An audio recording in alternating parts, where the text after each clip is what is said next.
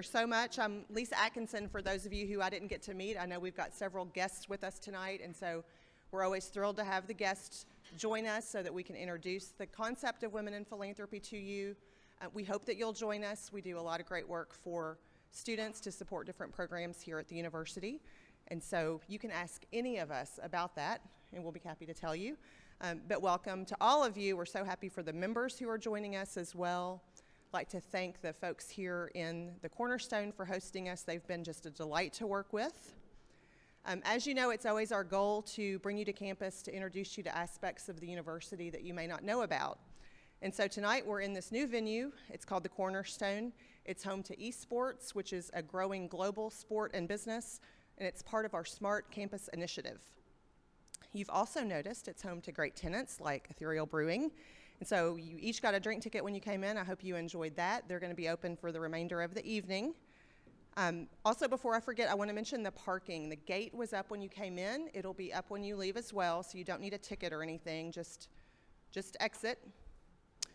So we're going to hear about not one, but two of our newer programs tonight. We've got these great programs that offer students these exciting career opportunities that I feel like we didn't have when we were here. You'll hear more about the Smart Campus Initiative and esports in a bit, but first I'd like to introduce Dr. Seth Debolt to join me up here. He's from the College of Ag, Food, and Environment. He's the director of the James B. Beam Institute for Kentucky Spirits. He's also the director of the Distillation, Wine, and Brewing Undergraduate Certificate Program that we've got. He collaborates with colleagues and departments across campus and also within the spirits industry, and it's focused on bourbon whiskey production, flavor, and quality. I think we can all agree those are three important things. So I just want to remind you that if you all ask questions, he's going to repeat that question into the microphone because we are recording and we'll be able to send this out to the members who couldn't join us today. So I'm going to turn it over to you, Dr. Debolt. Thank you. Thanks for having me.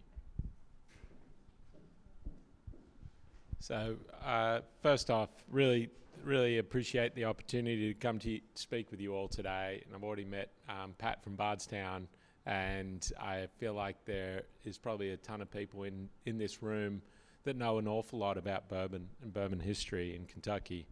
And for me personally, when I came to Kentucky, it was 15 years ago in about 2 months. And I obviously, from the accent, I grew up just south of Bardstown, about 10,000 miles. And I ended up bouncing around, but my parents immigrated from the United States to Australia, so I had no trouble coming back to the United States. And when I came to Kentucky, I was one of probably the only people with a PhD in beverage alcohol. I had a PhD in wine, and had worked for a large wine company and had a strong interest in this area. And so when I was granted tenure after 3 years, I said, we need to have a program in distilling, because in Australia, bourbon was the number one sort of consumed spirit of choice. And so it's a pretty famous drink. Kentucky's pretty famous in Australia due to that appreciation for bourbon, but also horses and horse racing. Huge. About 1 in every 300 Australians owns part of a racehorse. I think it's about 1 in 30,000 in the United States. So racing is big in Australia, but so is bourbon. But in context, it's such a global product that no matter where you go in the world, and I've traveled every corner of the world, you'll see a bar and you'll see Jim Beam sitting there on the shelf, and that Kentucky bourbon as a product. And it is America's spirit, if you like. And so when I realized there was not a single class in the state that would tell students about all these career opportunities in this space, one, I thought it's about 100 years overdue. That's crazy. But also, how do we develop a program that would be able to be attractive to students, not just here, but anywhere all over the world, who might want to come and gain a core competency in American whiskey? The category includes rye and includes corn whiskeys and includes bourbons, includes everything. But how could you bring people to this home place and teach them about this incredible product? So we sat down with colleagues from the College of Ag, Food and Environment, which is where I am, and we had colleagues from engineering, business, and arts and sciences. Said, what sort of a program could we create? And I'll show you a little bit about where we're at right now with this. But we looked at it in a way. Brewing and winemaking are quite different to distilling. And I would say about 90% of our students coming through the program are interested in distilling as their primary goal. Now, as we developed the program, we thought we will still want a student coming here not to get a degree in wine or in brewing or in distilling alone. We want you to get a degree in business or get a degree in agriculture, in food science, agronomy, so on and so forth. So you have the strength of that discipline that can take you anywhere in your career and in life. But you also, how could we fit in 12 credit hours into your degree program that would influence your direction and make you job ready at the end of it? So we created a 12 credit hour undergraduate certificate program. And it's turned out to be a really nice and flexible model that fits in under every degree. So in our degree program, it's called the Distillation, Wine and Brewing Certificate. It fits in 12 credit hours that are available through electives that we've baked into every college. So you really only have to go outside of your college for 2 or 3 classes and you can get the certificate. You keep your area strength of your discipline and your degree. And this is particularly important for the distilling space, where I like to think of a lot of our students will be moving into the C-suite and they'll be moving into commanding positions in global brands that are compelling and interesting and being born today. The craft distilleries that are coming out of Kentucky today will be big brands in the future. And yet there's some people who are really drawn towards technical aspects, supply chain management, and we want to build classes that are really good for those students as well. So we want you to get your degree, have that strength, and get this competency in distilling, winemaking, or brewing that will allow you to enter that career path and have a meaningful and interesting career. I'll give you a little bit of a background of what this looks like. So as I mentioned, this kind of has 3 tracks as a result of that. You've got this distilling track, you've got this wine track, you've got this general topic. So we have quite a lot of courses. We've developed 13 courses, which is probably more than most degree programs have developed. But these fit in under existing degrees. The 2 required classes are distilling, wine and brewing science, which I teach. We run 7 sections of that last year. We ran 7 sections of that. So it keeps you hopping, and there's both a face-to-face and an online version. Thankfully, I have people who now help me teach that. I'm not teaching all of those. Spirit chemistry is only available twice, so we often lean more on this class, and this is the more required of the 2 classes at the moment. But that's a nuance you don't really need to know. You don't really care about. So we have around 100, we target around 100 to 150 students in the program per year. And that's a really good number for us because we find the students are more in demand than there is supply. And that corresponds to internships, and really for them to find opportunity, we don't want to be way overshooting or undershooting. We find that's a nice sweet spot. We could probably increase that by about 100, and no problem at all, particularly in the online space.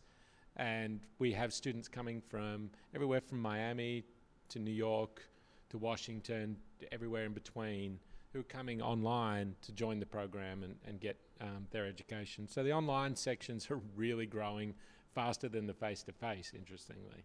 But we do need more students in Kentucky, particularly in the Bardstown area. As everyone knows, Bardstown is the heartbeat of Kentucky bourbon, and we need more talent to come from Nelson County and surrounding counties, come here, get the certificate, get their degrees, go back and run those distilleries and those operations, because that's where they're based. And you think Bardstown bourbon has exploded into just such an incredible business. That is an area where there's a ton of other distilleries that are also growing really quickly in that area. And their demand's we need to meet them, and we need to, the university, and it's our goal to meet them. Truly transdisciplinary. We use this term a lot these days, but it's this idea that in distilling, food science is really important. Sensorial analysis, I've been trained in that through wine, through all the winemaking processes, the chemistry, that's all there, but you need some business acumen. You need to understand law, and you need to understand every state has different licensing and entry restrictions for selling and distributing alcohol, and so there is a lot of legal aspects to it. So we have a ton of growing to do, and we're rolling out new apprenticeship programs, which is actually on-the-job training within the distilleries, short courses, as well as master's level information for graduate school. So there's a lot of stuff going on here. Agenda breakdown, this is actually flipped from last year. Last year it was opposite with male and female, and this year it's 43 female, 57 male. We have this is our distribution. We are really trying to increase the multicultural background of distilling, because it's something that's really important to the growth of the industry and important to the distilling industry's mission of diversity, equity, and inclusion. And so we have numerous programs to increase what we're currently at with our ethnicity breakdown, to increase that the multicultural aspects of the distilling industry. And honestly, we only got this started in 2015. As I said, it's 100 years overdue. And we've seen really rapid growth in the program. And this is just one aspect of the certificate. I would say a couple more things. I don't know, how much time did you want me to talk? I can keep going on for hours. This is what I do. No one's fallen asleep yet, which is amazing. The students are staying in Kentucky, which is what we want. This is the ones we tracked from last year and the year before. But we are trying to attract and retain talent in Kentucky. And these are a lot of the companies that we see that we can track that are hiring year in, year out. We do internship programs. But really, I was going to mention a little bit, so beyond the educational program, we're building a distillery on campus with a 600-barrel maturation house. And this is thanks to the philanthropic gift from Beam Suntory that names the institute. And it's the James B. Beam Institute for Kentucky Spirits. They donated $5 million to build a first-of-its-kind distilling institute on campus with a 600-barrel maturation house that is really going to enable students to grow and experience and learn here on campus. So that's something that's coming. It's being constructed up on the corner of Cooper and Nicholasville Road, and that'll be the first of its kind in the country. The Mondavi Institute at UC Davis, University of California, Davis.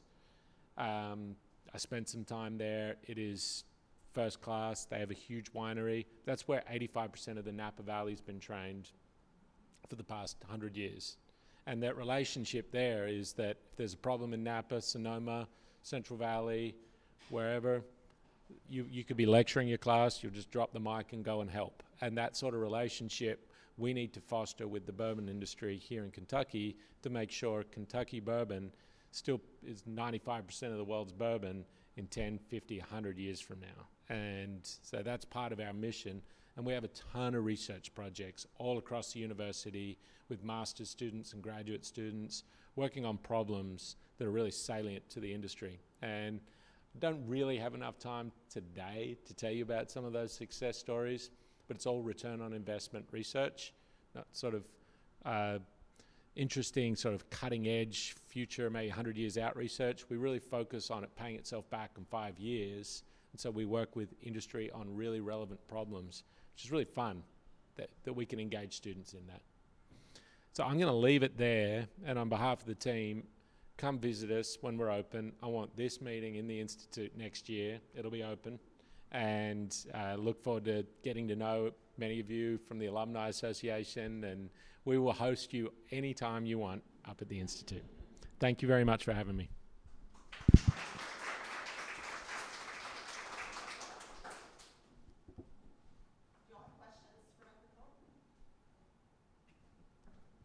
Years ago, I heard a lecture at UK about forestry, and is there going to be enough white oak to support the bourbon industry in the state? Pam, that's a really good question.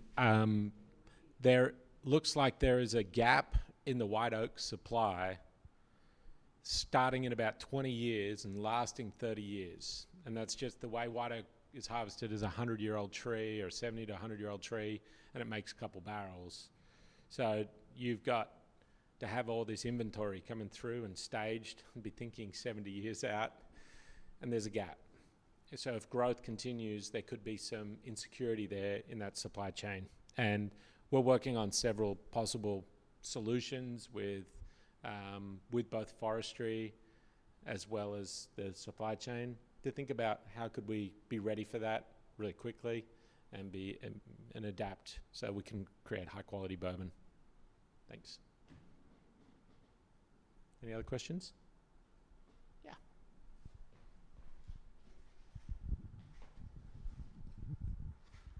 I know that you're concentrating on Kentucky, and understandably so. Are you reaching out to some of the other distilleries around the country? I'm in Chattanooga. We have Chattanooga Whiskey, which I understand is good, but I can't bring myself to drink it.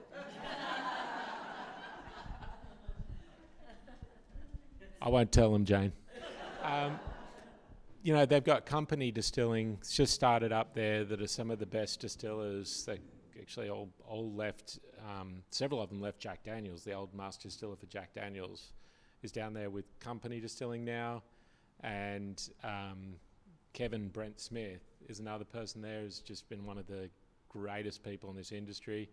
There's a lot of talent in that area, and they're starting new distilleries, and I think there's going to be incredible products rolling out in the next few years, if not already, in that space. I think it's going to be, I think the rising tide lifts all boats, and we definitely invite them to our annual conference, have speakers, and we really look to support the growth of their products as much as Kentucky's. But we are the University of Kentucky, and our mission is solely focused on Kentucky, but we have a global outlook. So we have students from craft distilleries all over the place that come here for the certificate and then take those learnings back to where they are, and I think that's a great way for us to support and help that growth. White Oak's another one. How was that for a fairly PC answer? Yeah.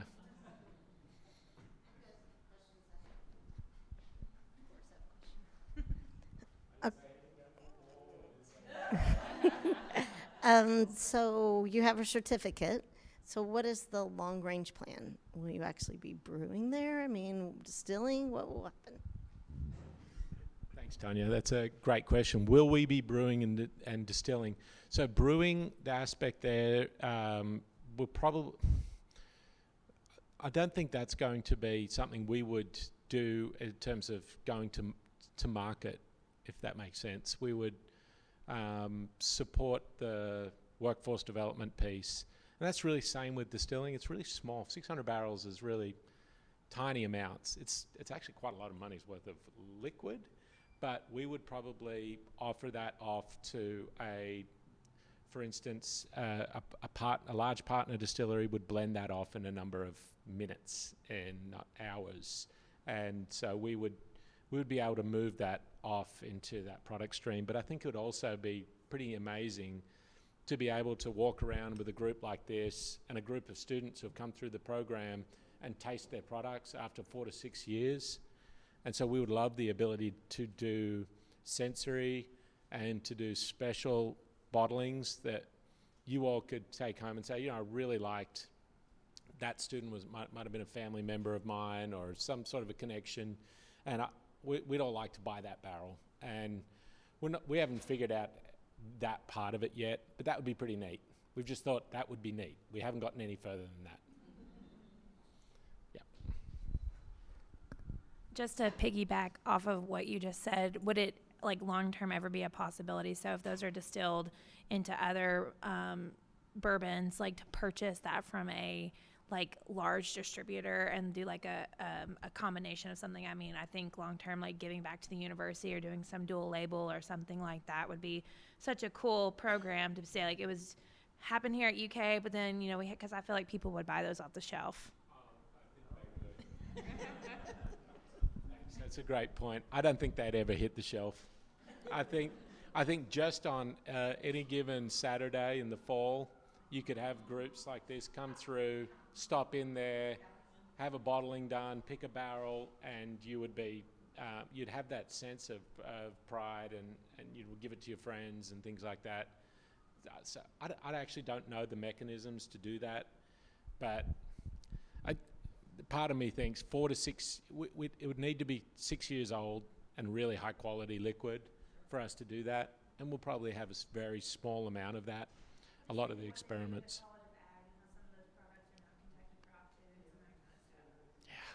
Yeah, because there's so many incredible things that are coming through with breeding new varieties of heirloom corn and rye and wheat and barley and all these things that are just Kentucky.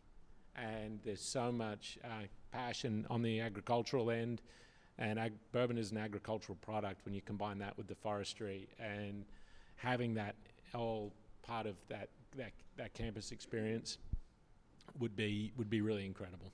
Yeah, I don't think you need to help us with that. How about that? So, Sarah Elizabeth, we are signing you up. Yeah, because I'm kind of busy. I'm kind of busy with all my classes, so if I can get any help with that, come on in. Any other questions? Yeah. Hi, I'm the wino of the group, and if you could go back, can you go back a few slides? So people can get a certificate by taking, right. Oh man, a few slides. So how many courses, can you take all 4 courses and have a certificate? Interesting that it's Italian history, not Kentucky, for wine.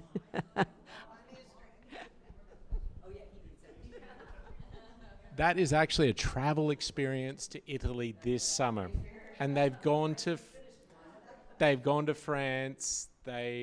And I guarantee Mike's going to continue dropping all over the world with that class.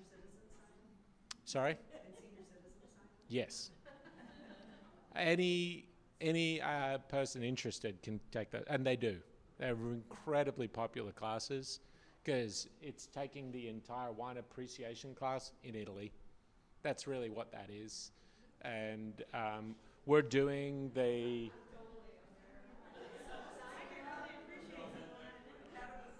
We're working with the University of St. Croix now to do an international version with rum as a focus. But it's just a matter of giving students a chance to travel. Travel really changes your perspective. This is a global industry. Brands are, just like Kentucky Bourbon is a brand, they often, rum brands are owned by the same companies.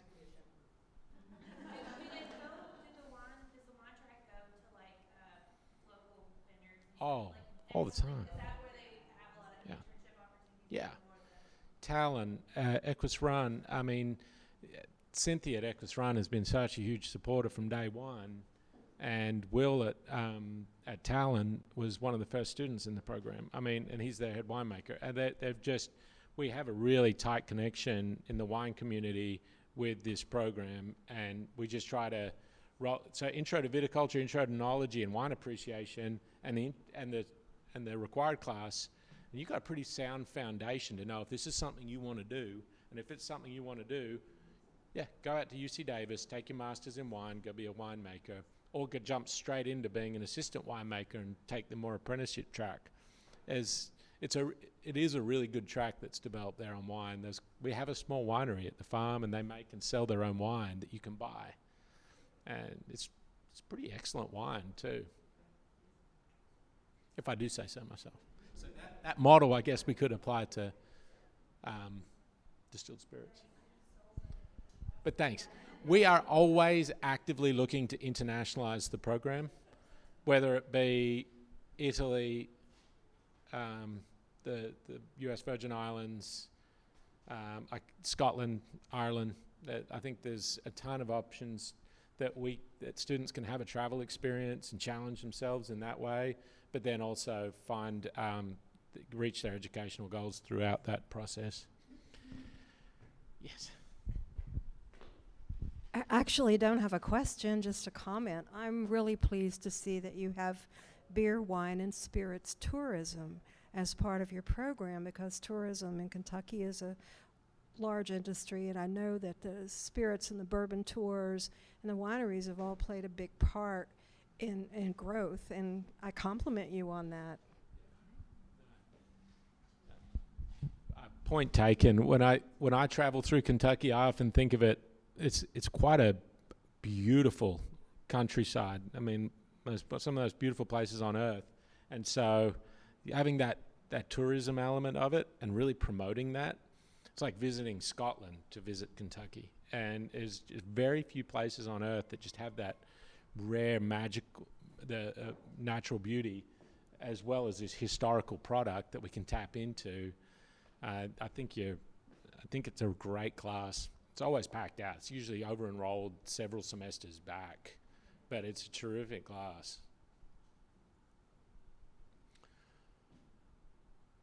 All right, I think you've, yep, got a question? About 6 months ago.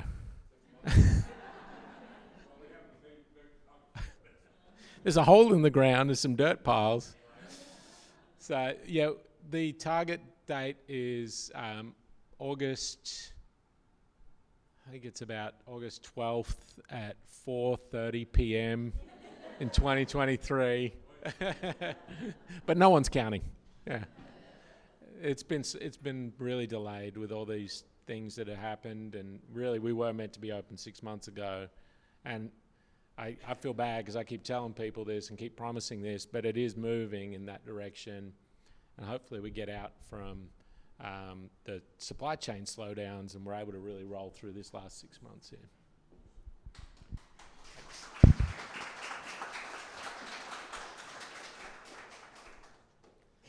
Thanks again for having me.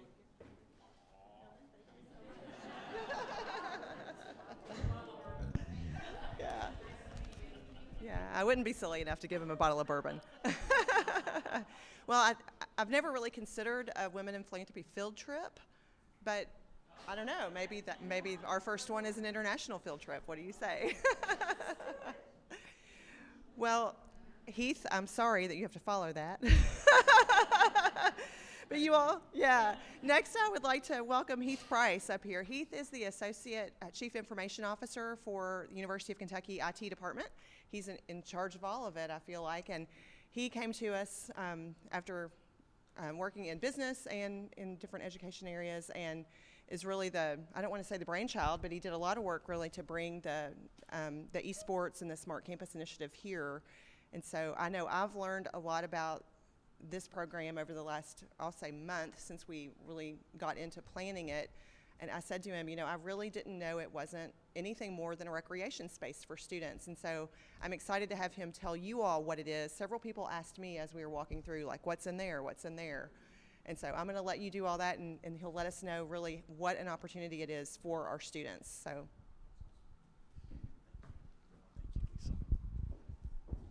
All right, it's great to be with you guys. I'm literally standing over there thinking to myself, I'm going to call my dad on the way home, and I'm going to tell him I followed a guy who had a cool accent and talked about bourbon, and he's going to ask me, why did you speak? And it's going to be his question. Man, that is a tough follow.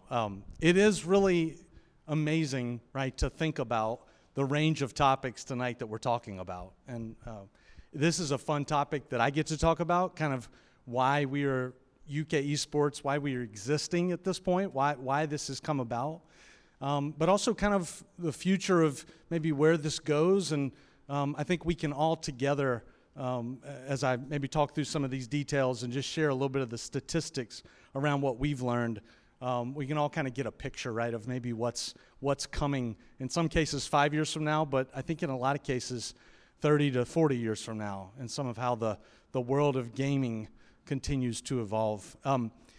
The best way I can frame up how we got here today is really two words: exceptional leadership. So the reason that this was created, this space that you're in now, the Cornerstone, is because of President Capilouto and the board and our executive leadership team, who said from day one, we know that students are gaming. We've seen this happening in our backyard. We want to go figure out, though, what are they really doing with this? What are they trying to turn this into? President Capilouto was on the NCAA's Board of Governors, right? The NCAA invites presidents often to come and sit and listen to what they're planning and then get input from the presidents. As he did that back in 2018, the NCAA was saying, we think esports might be in our future, but we don't know how. And so as President Capilouto listened to about 6 months of some meetings where there were consultants talking, he came back to campus after a few of those meetings and said, I want to sit down and talk about this, but I don't really want to hear anybody's opinions. I want you to go out and listen to what the students are saying. And so sit down, listen, talk to them about the games they're playing, understand what they're doing. And he said, I can tell you with all certainty, they're doing a lot more than we know about. So the reason this space exists today is because that was true. When we kind of the first few meetings that we had with the Esports Club, as it's known here on campus, we started to ask them, what games are you playing? And we figured out pretty quickly we knew about 2 of them, and we didn't know about 30 of them. And it was because the students have this diverse group of interests. What they had figured out about 6, 7 years ago was that esports clubs were broken down by these games, and they were having a hard time pulling they weren't pulling their resources. They were having a hard time kind of getting activities set up. They were having a hard time planning events because it was 20 students, it was 30 students. So what they decided to do was pull together. And so now there is a esports club on campus that has more than 500 students that participate. And it's a broader community than that, as we've kind of learned as we've done this, that are kind of interested in gaming and now have found this space as a place that they can come and make their home. So what is this place about? What has Cornerstone kind of become, and why does this space exist? Well, we were fortunate, unlike Dr. Debolt, this facility was getting built. Now, this floor didn't have to exist, but you guys have noticed the parking expansion, right, was going to happen. That was actually pretty interesting when this finished. I think we were about 6 months into COVID, and so there were crickets on every call because it was like, wait, we just added 500 parking spots, and all of a sudden nobody's driving to campus? This didn't feel like a good recipe.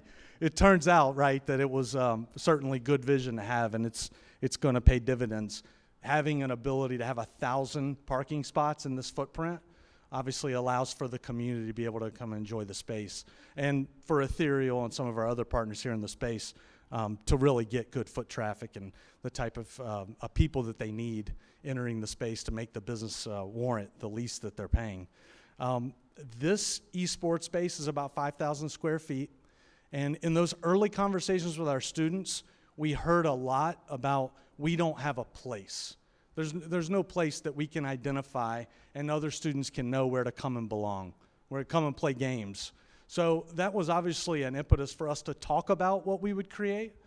What ended up happening is the students developed the entire space. So obviously the construction had to happen through our partners on the outside, but everything that you see when you walk around is laid out and was fitting the students 3 and 4 years ago that helped us kind of architect what that layout would be. So as you walked in, you saw kind of a gaming lounge, right, with some PCs. They call that a LAN center.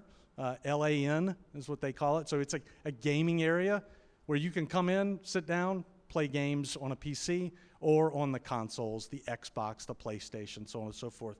And then as you walk around the space, we have some targeted rooms that the students that play a lot of games call the team rooms. So it's where they'll go and they'll play where they can more coordinate, have a little bit of privacy. They practice, they scheme, they prepare for the games that they're going to play. So those rooms give them that flexibility. But then we can also use those rooms for like a drone class that happens over in journalism where they need some privacy to actually come in and get a few hours of VR drone gameplay that they're using for their class. So, right, we can take those rooms and isolate so they aren't, they don't feel like they're being encumbered by other things that are happening. And then we have this space that we're in right now. So when we had the diagrams for the students, literally back of the napkin stuff, having the students write it up on a wall, they said, yeah, and what we gotta have is an arena. We have to have an arena. And I looked around the table and I said, well, like Kroger Field? No, we don't want that big. Well, what about Memorial? Well, we probably can't fill that up yet. I said, okay, all right, all good. We'll figure out something. This was the compromise. So I call this the Esports Theater because really what it was designed to be is an intimate setting that can host a lot of different things. But the primary function of how the students laid it out is that they can have gameplay happening on this stage. It can host up to about 15 game players, and many competitive games are usually 6 versus 6 is the largest number. So, you could have 12 players. You can have somebody over there maybe emceeing the event, and then you can have the people that, would want to take that in and watch it, come watch it on a really nice direct view LED screen with bright lights. And right now behind us is a streaming and casting space where the broadcast that's being recorded, they're actually taking that content in, and we'll kind of produce that and compile it so you can distribute that to your members later and have it as a takeaway.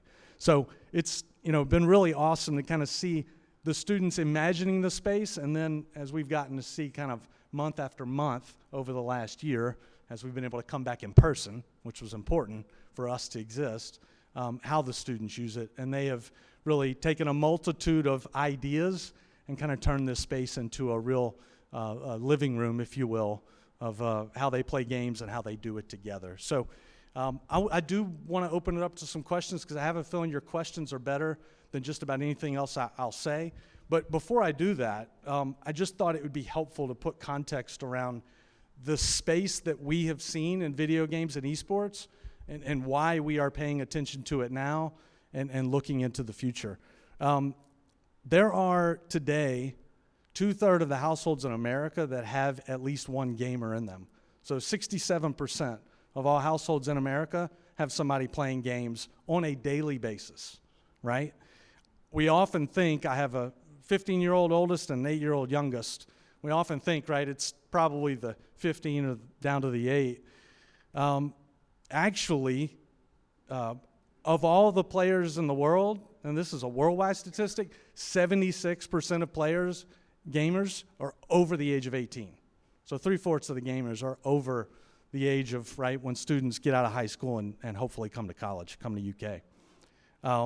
The average age of a gamer today is 33, almost 34 years old.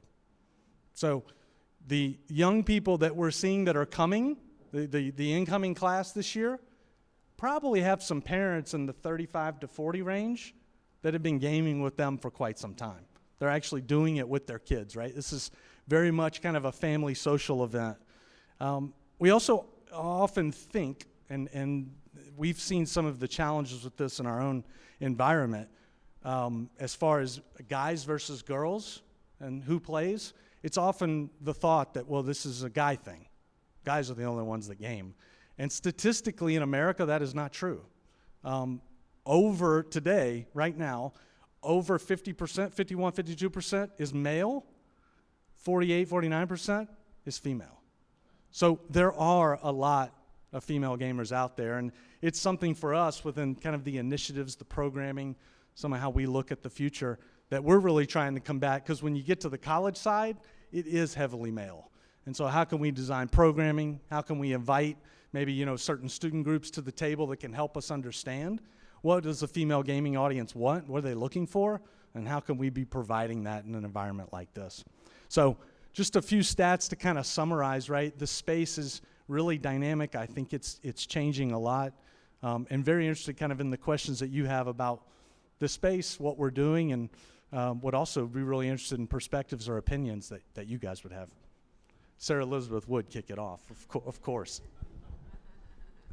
I don't have a question. I just wanted to brag on you for a minute and the work that you all do here, because it really is, like, just watching it from the outside, it has changed dramatically over the past couple of years. But also something that Heath didn't say, which I think is very important to this group, is that they are instilling a nature of philanthropy for their kids that are in their program. And so finding ways for them to partner with people in the community, or whether that is folks like me at UK Healthcare, and really instituting, like, this is not just a program for you to come and have fun, but this is something for you to also learn life skills and to give back and to do all those different things. And so they're a fantastic team, and I have learned a lot.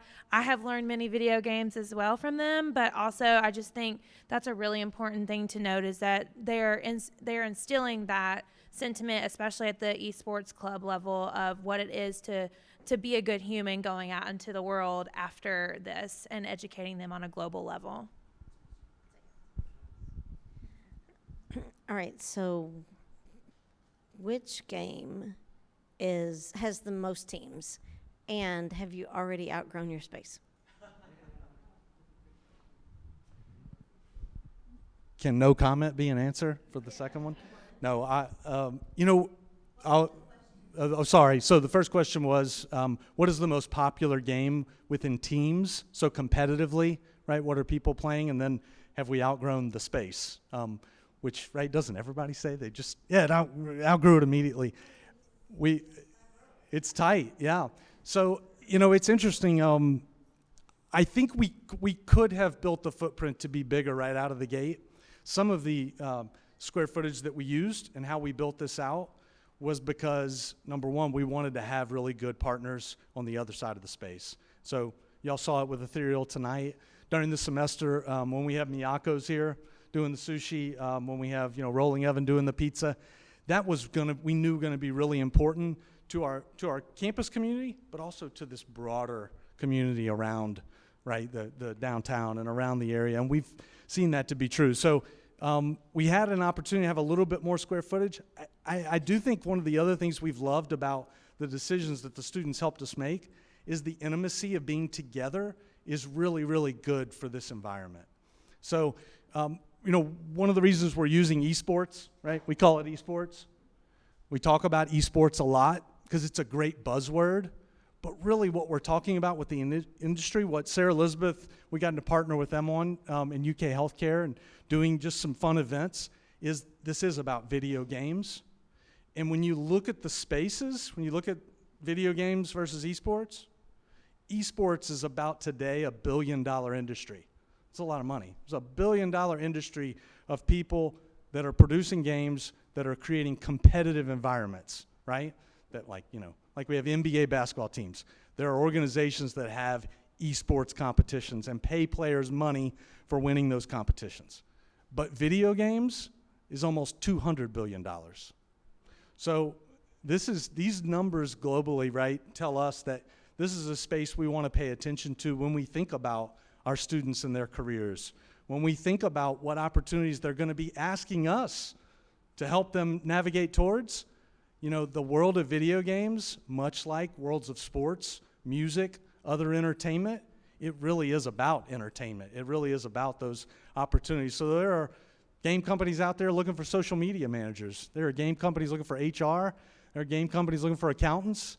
And we have a lot more students today that are starting to say, I've been playing this game forever. You think I could really go work for that company? And the answer in many cases is yes, absolutely. You definitely can. We just want you to bring them back to UK, and we want you to bring them back to Kentucky. We want to have a headquarters in this part of the world. And then your question about competitive game. So the most popular competitive game today globally is called League of Legends.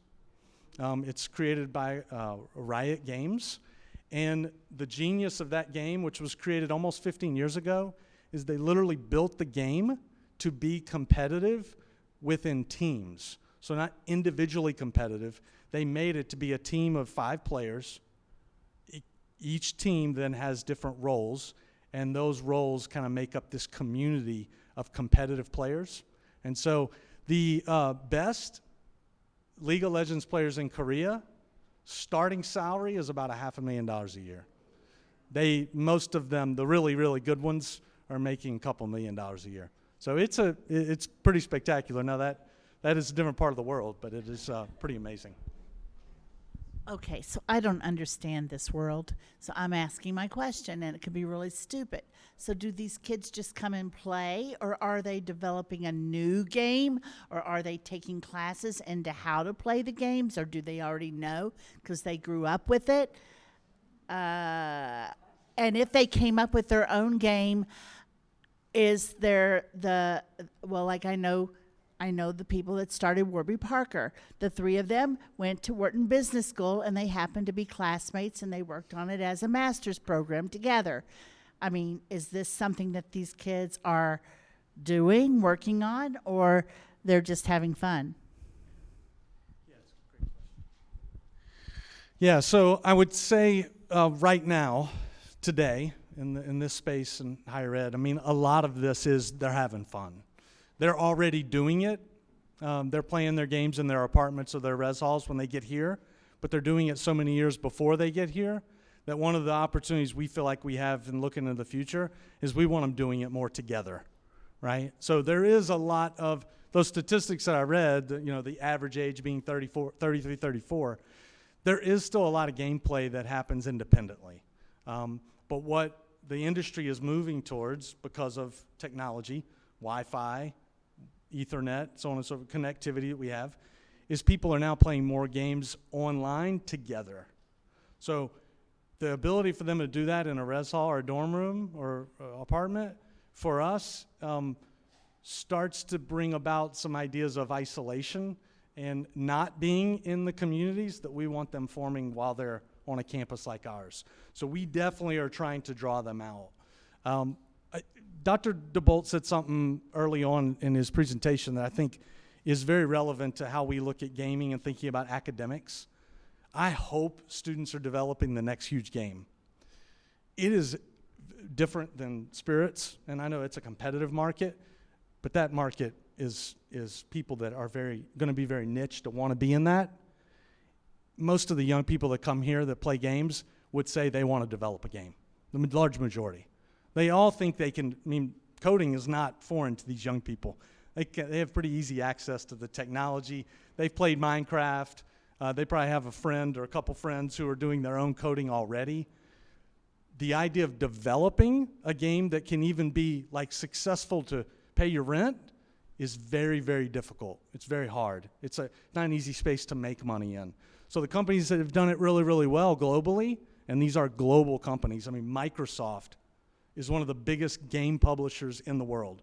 Right? What do we all know Microsoft for? I know what I know it for. Windows and my PC and the things I use on my desk. Gaming for Microsoft, it is their future. They are putting most of their eggs in the future of entertainment video games. So it's hard to compete when you're an indie developer. I actually was on today with a guy. He has spent the last 5 years building a company that researches indie games, and his business is to try and help market them and bring them to market so that they can make some money, and then they share a little bit of revenue with him. And it is constantly him hitting his head against a brick wall because you're going up against these big monster companies, Riot, Microsoft, Epic Games. If anybody's heard of Fortnite, Epic Games, a game that came out of nowhere that our own Drake made popular. With some of our basketball players, and that game is now, Epic's not $1 trillion company yet, but they will be in the next 5 years. So I thought it was really interesting. When we started doing our homework and research on this, we got introduced to some different people in the media and entertainment world, and we read a board meeting minutes from Netflix as we were trying to do some homework on different companies. And Reed Hastings, the lead at Netflix, pretty much one of the guys who started the company, said our biggest competitor in the next 10 years are the video game companies. And that's who the streamers are worried about, the video game companies. They're worried about Epic, they're worried about Microsoft, because this is about attention and eyeballs, right? So academically, right now, we have some certificates that were approved right in the middle of COVID that some different faculty are working on, more around the general area of gaming, not of esports directly. But kind of like Dr. Debolt, this is really something where we want students to have access to this, and we want to get them engaged with internships and businesses, but we don't want them coming to UK thinking I could just major in esports. We want them to realize, right, engineering, arts and sciences, business, these degree programs matter. Gaming hasn't changed that. So how can we use a lot of the portal that this can be into that engagement? How can we use this as an opportunity to give them more insight and provide those pathways? So I know we talked about some of the students who have graduated and gone on to work for some of these gaming companies. Can you share some, not details, but just a little bit of information, the success stories of students who've gone on who are not gamers but who are working in the industry? Yeah, awesome. Yeah, and we take no credit for any of these folks because most of them got to where they were when we were just started doing this 5 years ago. A couple of them even longer than that. So, we had an example when we announced the esports program and the partnership that we were doing with JMI Sports. And we have an esports partner. They're known as Gen.G, a competitive esports organization that does a lot of different things across the space. When we announced it, we got an immediate reach out from a young lady by the name of Erin Ashley Simon. Erin at the time was living in New York City. This is late 2018, early 2019, and she tweets us. She tweets back to UK and says, "Hey, I'm in the gaming space. We need to talk." That was all she said. So we talked like within 24 hours. Like, yeah, that's awesome. What are you doing? Well, Erin Ashley Simon was an athlete here. She played soccer. She was really, really good. She really wanted to be in sports broadcasting, and she just kind of kept running up against challenges. Walls, she couldn't find an outlet. She was kind of searching. She said, you know what, I'm going to pay attention to a few other areas, and one of them she focused on was video games. And she started doing some little blog, then she started doing a little bit of Twitch streaming, and as she did it, she started getting calls from agents saying, hey, you're good. Do you want to do more? So that has now turned into Erin Ashley Simon in 2021 was a part of a Super Bowl ad that Puma did. She is, at this point, I would say, a global brand. We talk to people in other countries, and they know Erin Ashley Simon sometimes before they know the University of Kentucky is, believe it or not. But that's how these brands are built. She's represented by creative artists agencies out in Los Angeles, and she just moved out to LA earlier this year. So, that was really for us earlier on, that was just very telling. I mean, we didn't have anything to do with that, but we got to align with her. She came and participated in some of the events that we did early on Kentucky Children's Hospital and did some emceeing and talked and gave kind of some insights to our younger students about her path and how she got there. And it's pretty amazing. We could jump all the way over to Colleen Wagner, who was a student here about 7 years ago. Colleen has ended up, wanted to work in sports as well, and ended up working in sports for the NBA, and within a few weeks of being there, was moved over to the NBA 2K League division, and is now the marketing person running all of their marketing efforts within the NBA's esports video game competitive market. So they have a NBA 2K, they actually have a league that plays the game NBA 2K for prize money. So they they draft players, recruit them into the league, and then they play throughout about a 6-month period. Gen.G has one of those teams, and that team has been living here the last couple of months, kind of right off campus, and then they come and use the facility, and they've spent some time with our students, spent some time with some of our community members talking about what they do. So it's really fascinating to kind of see, between Erin Ashley and Colleen, our eyes have been open to the number of opportunities that are in the industry. I was wondering if you had to address the issue. I know when I turned on the TV and I saw the first thing about the horrible tragedy at Uvalde, there was someone standing outside the school saying it's these video games. And of course, I don't care about video games, so I don't know what they have, but it seems like guns don't kill people, video games do, and how are you going, because this could be a black eye, potentially. Yeah, and it was, I mean, before we ever issued the first press release, talking about what we were trying to do, that was the, if not the biggest, it was one of the most significant points of conversation that we had. Not because I believe it's a problem necessarily, but because it is about optics. There are a lot of questions. Sure, yes, right. So, one of the things, look at, what we do here and what we want the students to be able to come do is to be able to play the games they want to play. That said, when we're doing events and hosting things, we're not going to be using shooting games as a component of the activities and the programming, right? So the students playing them in their res halls or in their, apartments, obviously we can't stop our students from playing those games. There is, though, very much a distancing from a brand perspective. For a game like Call of Duty is a good example. I mean, Call of Duty is what you call, a shooter. That's what the students call it. They play with real weapons in the sense of they're actually shooting a weapon that you could go and buy in the store.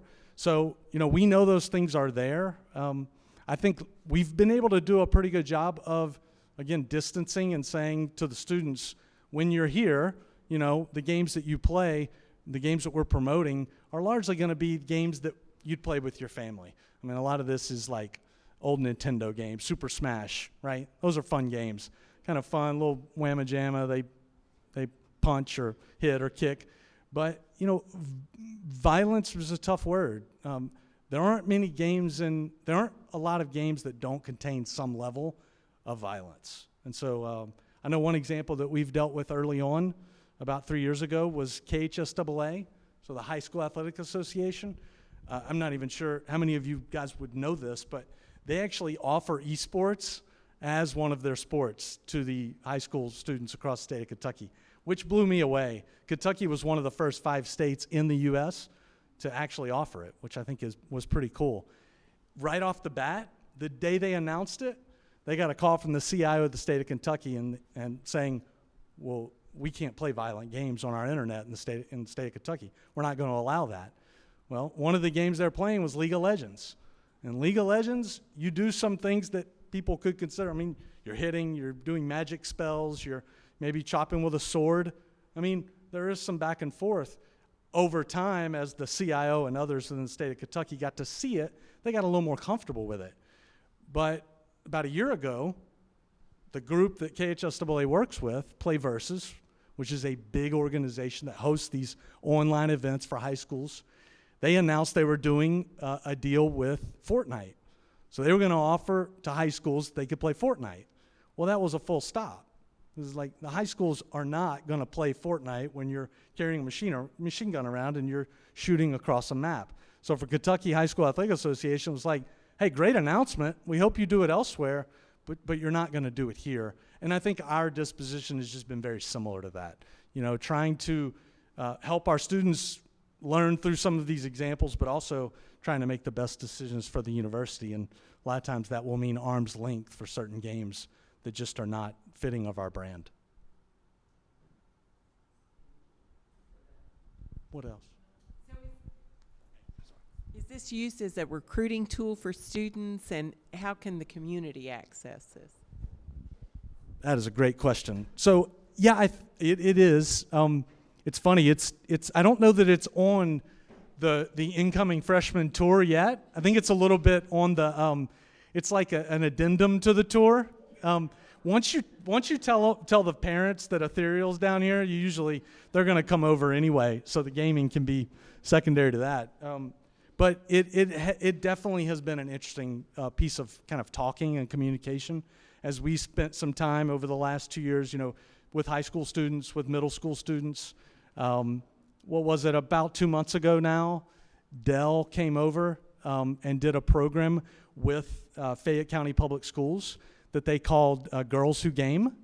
And so, Fayette County Public Schools have been looking for some STEM opportunities that were really engaging, and Dell brought this idea of using Minecraft in the classroom, which is not a new idea. I mean, I've seen schools doing this for the last decade, but Dell really focused on, hey, we know these young people are interested, but we want to think about 5th through 7th grade girls. We want to get to them early, and we think gaming is the right way to do it. So we hosted kind of their end of the year event. They did it as a pilot with 3 schools. They had about 35 young girls that participated and got to come and show off the game they created and talk about their experience. We also had some students here and at other universities that mentored the young girls as they kind of learning through their processes. And the response and reaction from them was, this is amazing. And yeah, it's cool to have it at UK, but what we want them to know is that higher education is accessible to them, right? This is a place where they could, so as they think about going into those high school years, they're thinking about the fact that it's not something that they can't achieve or can't get to. So wisely, Fayette County, focused on some lower income, smaller schools with an idea that this next year they'll grow it a bit, have the program at a few more places. And we just love coming together even with other universities to be a part of programs like that, because those turn into some fun conversations, and you see some of these young people really come alive when they're not just playing the games, but in a game like Minecraft, they're creating through the game. They're building something they really feel some ownership of. That's really neat. What else? Hey, Patricia. How are you? I'm just curious on a more personal level. Is there much Minecraft going on in there typically? Yeah, Minecraft as a game? Yeah. Yeah. Minecraft is on our it's on our top 5 list, I'm pretty sure. It was teetering on top 10 a few years ago, but I think it's moved up into the top 5. It is still amazingly popular.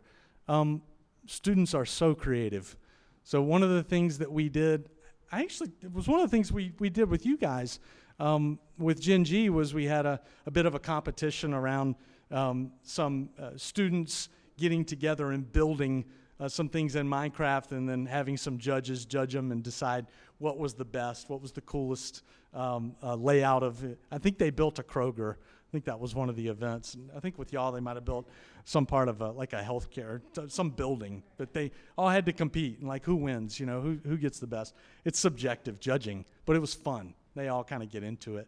So the students host their own server for Minecraft, which means they have a place that is a UK esports server that they can get in and play Minecraft and build their own worlds without the fear of somebody coming in and stealing all their stuff and crashing their buildings. So they've really kind of reaffirmed that over the last year, and I think it's gotten some of the younger students back engaged in Minecraft. So yeah, it's pretty popular. It's a fun game.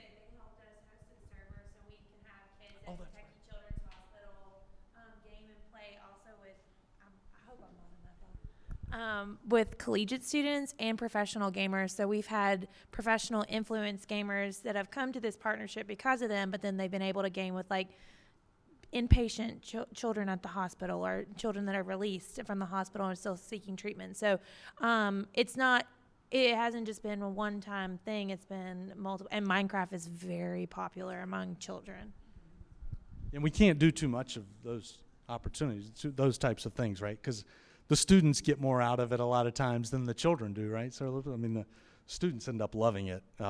Some of our student athletes have really taken an interest in that too, because no surprise, right? Many of them are big gamers. They come kind of ready to game. And so, they might be doing that over in craft sometimes, right? But if we can bring them to an event, have a place to host them, this becomes a great venue to be able to do that in. So, what else? Anything else? That's a lot of talking. Thank you. Absolutely. Yeah, thank y'all. It was a pleasure.